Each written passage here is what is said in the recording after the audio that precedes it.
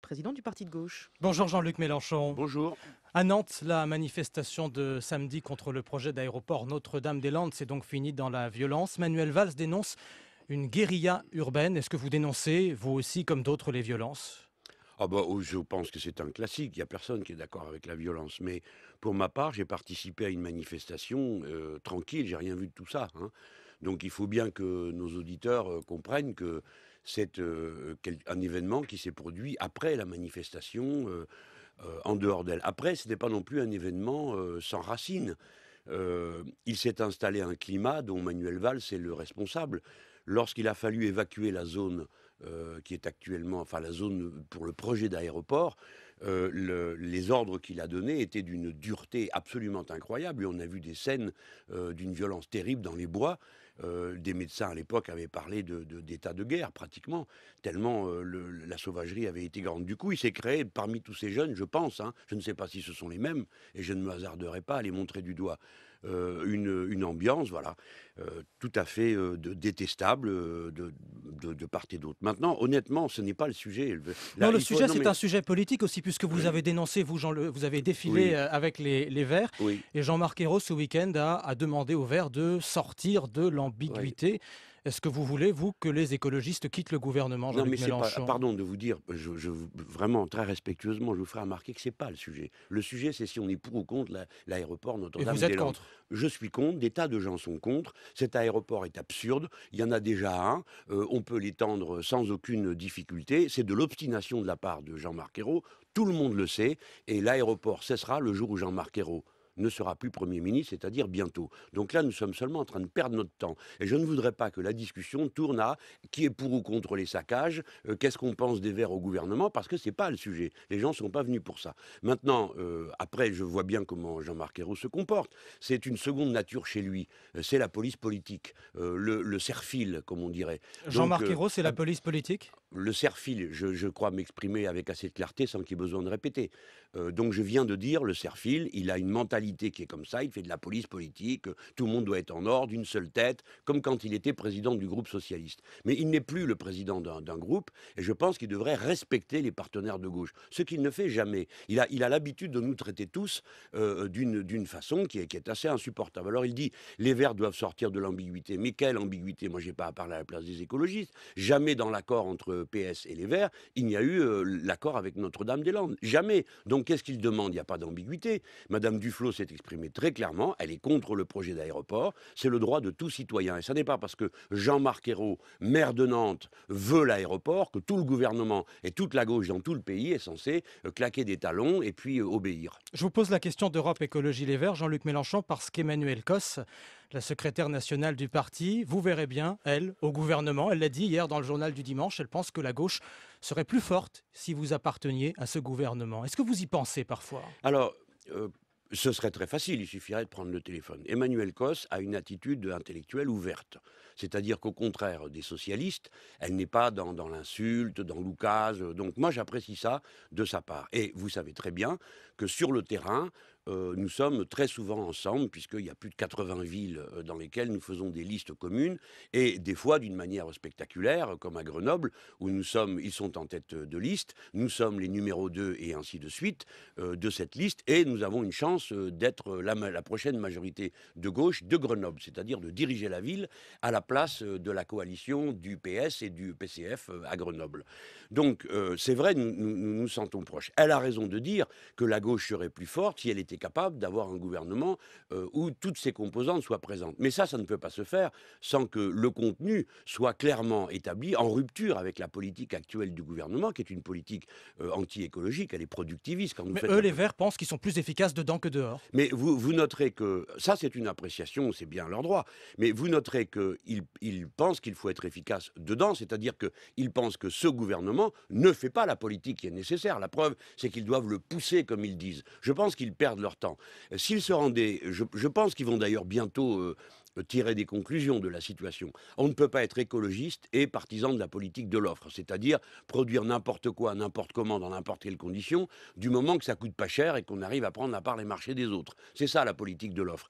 Et je crois qu'ils sont plutôt de notre bord, c'est-à-dire du côté de la politique de la demande sociale et de la demande écologique. Autrement dit, comment on fait pour faire bifurquer le système de production de l'énergie vers d'autres formes d'énergie, comment faire une agriculture respectueuse de l'environnement. Ça, c'est des questions qui nécessitent de l'investissement, de la dépense publique et une activité forte de l'économie. Ce n'est pas le cas avec le gouvernement Hollande, c'est le gouvernement du chômage.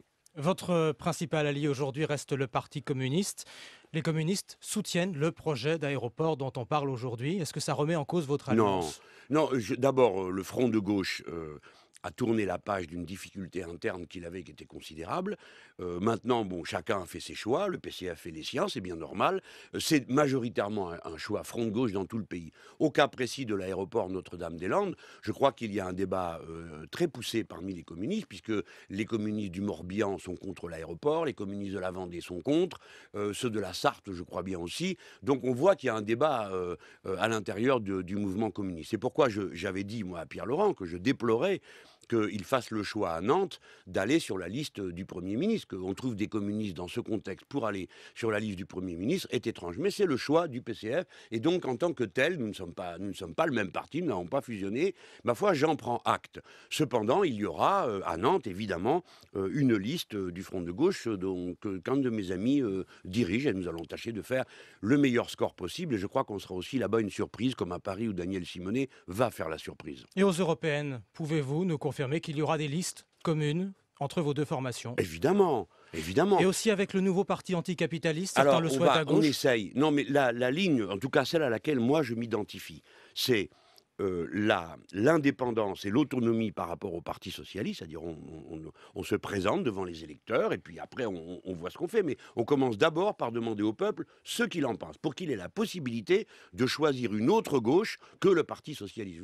Beaucoup de gens ne se rendent pas compte du drame que c'est pour beaucoup de gens de gauche d'être obligés de voter socialiste parce qu'il n'y a rien d'autre, parce qu'il n'y a qu'une liste avec des socialistes, alors qu'ils ne veulent pas donner blanc-seing aux socialistes. Donc on se présente d'abord séparément. Je pense que le Parti communiste est partisan de listes du Front de gauche, c'est-à-dire de listes aux européennes sans les socialistes. Par conséquent, le Front de gauche va pouvoir continuer. Et nous tendons la main à tous ceux qui veulent faire cette nouvelle gauche avec nous, une gauche éco-socialiste. Vous l'avez fait il y a quelques jours, pour l'instant, sans résultat, hein. Ben, il faut s'obstiner, Les les écologistes à qui vous avez tendu la main vous ont dit non, il n'en est pas question, par exemple. Oui, bah on va voir. Il faut parler, il faut insister, il faut montrer sa bonne volonté. Moi, je m'identifie à ce combat pour le rassemblement d'une autre gauche. Vous avez évoqué le NPA. C'est ensemble, avec tout le front de gauche, que nous appelons à une marche nationale le 12 avril prochain. C'est ensemble qu'il faudrait faire des listes aux européennes, de même qu'avec les secteurs de gauche du Parti socialiste. Écoutez, est-ce que cette situation n'est pas incroyable de voir des députés du Parti socialiste critiquer le gouvernement, des fois avec des mots aussi durs que nous, et ne jamais voter contre, et ne jamais prendre une position publique avec nous? Non, je crois que leur place est avec nous, dans ces belles listes qu'on pourrait faire. Et enfin, en France, on aurait une gauche, la vraie, qui serait là, qui s'exprimerait, et les citoyens pourraient la choisir. Jean-Luc Mélenchon, il y a quelques jours, des militants et d'anciens militants du parti de gauche ont dénoncé une dérive autoritaire de votre parti. Que leur répondez-vous? Bon, s'ils le pensent, hein, ce que je tiens à dénier, ce sont des gens qui ont été écartés du parti pour la raison qu'une partie d'entre eux n'acceptait pas un ordre dans une liste à Périgueux. Allons-nous surcharger nos entretiens de considérations sur Périgueux? Est-ce que le parti de gauche doit être jugé sur C'est les une États? affaire uniquement locale, cette Je pense qu'elle préoccupation? est assez largement, elle est locale. S'ils pensent que notre parti est autoritaire, ce qui n'est pas le cas de tous les autres militants du secteur, ils ont raison, il faut s'en aller. Je ne vais pas leur dire le contraire. Moi, je ne pense pas qu'il soit autoritaire. C'est un parti dans lequel il y a de l'autorité. Le machisme y est prohibé. Les collusions avec la droite aussi. Et je pense qu'ils doivent s'astreindre à une certaine tenue morale qui permet aux électeurs de se dire, eh bien, nous leur faisons confiance parce qu'ils ne font pas des combines dans notre dos. Mais encore une fois, s'ils pensent que le parti est autoritaire, je comprends qu'ils s'en aillent parce que moi-même, je ne supporterais pas d'être membre d'un parti marqué d'autoritarisme. Donc, au revoir, bon vent. Militez à gauche si vous voulez continuer à le faire et vous serez toujours les bienvenus dans tous les combats. Merci Jean-Luc Mélenchon.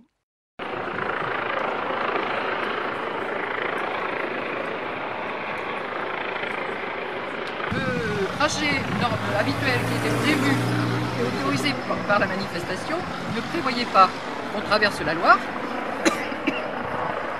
Il se trouve que le boulevard où on devait passer normalement a été barré par les forces de police et qu'ils ont décidé de nous dévier sur un trajet sur lequel nous ne sommes absolument pas protégés, puisqu'à chacun des carrefours où nous arrivons, la circulation n'est absolument pas bloquée. Les policiers à qui je suis allée m'adresser là, deux policiers qui m'ont qui se sont pratiquement moqués de moi en me disant il y a eu des comportements sur la manifestation anormaux. J'ai dit avec le nombre que vous étiez, s'il y avait eu quelques individus avec des comportements anormaux, vous aviez tout à fait les moyens de réagir. Donc, et en plus, j'ai dit j'espère que le préfet sait ce qu'il fait, parce qu'il va quand même falloir qu'il explique pour quelle raison une manifestation qui avait un trajet autorisé, on dévie le trajet de cette manifestation sans prévoir les forces de police nécessaires pour garantir la sécurité et des manifestants et des véhicules qui circulent et qui, eux, ne sont pas censés savoir qu'il y a une manifestation qui passe par là. Je suis conseillère municipale à Niort, je suis au PS d'ailleurs, hein, et si je suis là, j'ai de bonnes raisons d'être là, et je considère que, en tant qu'élue et en tant que citoyenne responsable, voilà, la police passe, là, vous voyez, nous sommes en plein milieu de la chaussée, on ne sait pas si la manifestation a fini de passer.